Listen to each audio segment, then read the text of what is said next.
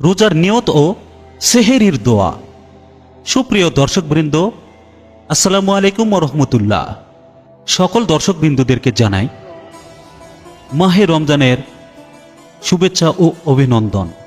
রোজার নিয়ত ও সেহেরির দোয়া আলোচনাটি খুবই গুরুত্বপূর্ণ, তাই ভিডিওটি না টেনে শেষ পর্যন্ত আমাদের সঙ্গেই থাকুন। রমজান মাস হল ইসলামের 5 স্তম্ভের অন্যতম একটি এবং এই মাসে রোজা রাখা প্রত্যেক প্রাপ্তবয়স্ক মুসলমানদের জন্য ফরজ। রোজার মূল উদ্দেশ্য হল তাকওয়া বা আত্মসংযম অর্জন করা, যা কোরআন ও হাদিসের মাধ্যমে প্রমাণিত। রোজা পালনের জন্য নিয়ত করা অত্যন্ত গুরুত্বপূর্ণ, কারণ কোনো ইবাদতে সঠিক নিয়ত ছাড়া কবুল হয় না। পাশাপাশি সেহরি খাওয়া সুন্নত এবং এটি রোজাদারের জন্য বরকতপূর্ণ। রমজানের রোজা ফরজ। হিজরতের 1.5 বছর পর স্বয়ং আল্লাহ তাআলা রোজা পালনের নির্দেশ দিয়েছেন। তিনি বলেন, ইয়া আইয়ুহাল্লাযীনা আমানু কুতিবা আলাইকুমুস সিয়াম কামা কুতিবা আলাল্লাযীনা মিন ক্বাবলিকুম লাআল্লাকুম তাত্তাকুন।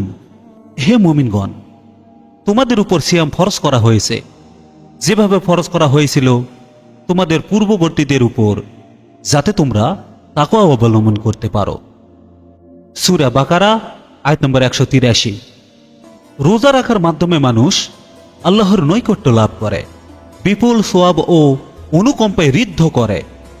হাদিস শরীফে এসেছে, হযরত আবু হুরায়রা রাদিয়াল্লাহু তাআলা আনহু থেকে বর্ণিত, রাসূল সাল্লাল্লাহু আলাইহি সাল্লাম বলেন, যে ব্যক্তি ঈমানের সঙ্গে সোয়াবের আশায় রমজানে রোজা রাখবে, আল্লাহ তাআলা তার আগের সব গুনাহ ক্ষমা করে দেবেন।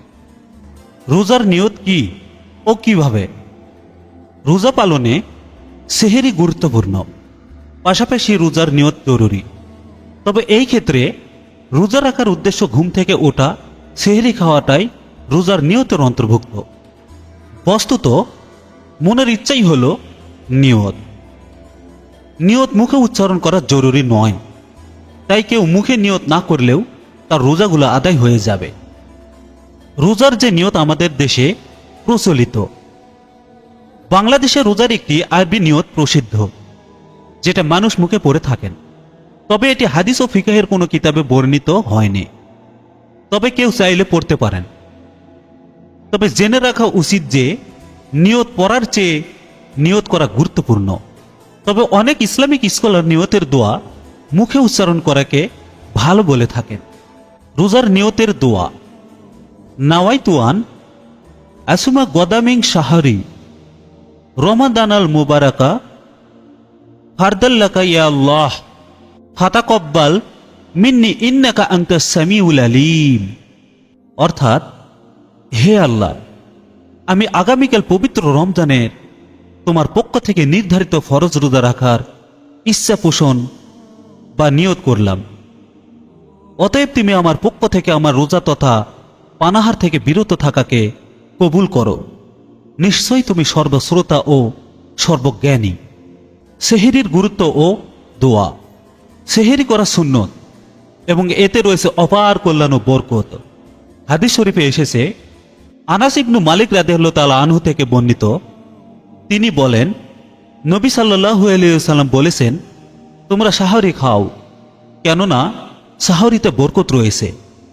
সাহরির দোয়া। আল্লাহুম্মা বারিক লানা ফিমা রাযাকতানা ওয়া কিনা আযাবান নার। অর্থাৎ, হে আল্লাহ, আপনি আমাদের যে রিজিক দিয়েছেন তাতে বরকত দিন এবং আমাদের জাহান্নামের শাস্তি থেকে রক্ষা করুন। পরিশেষে রমজান মাসে রোজা পালনের মাধ্যমে আমরা আত্মশুদ্ধি অর্জন করতে পারি। সঠিক নিয়ত ও সেহরি গ্রহণের মাধ্যমে রোজার সওয়াব আরও বৃদ্ধি পায়। আমাদের উচিত সুন্নত মোতাবেক সেহরি খাওয়া এবং আন্তরিকতার সাথে রোজার নিয়ত করা, যাতে আল্লাহ আমাদের এই ইবাদত কবুল করেন এবং আমাদের জীবনে বরকত দান করেন।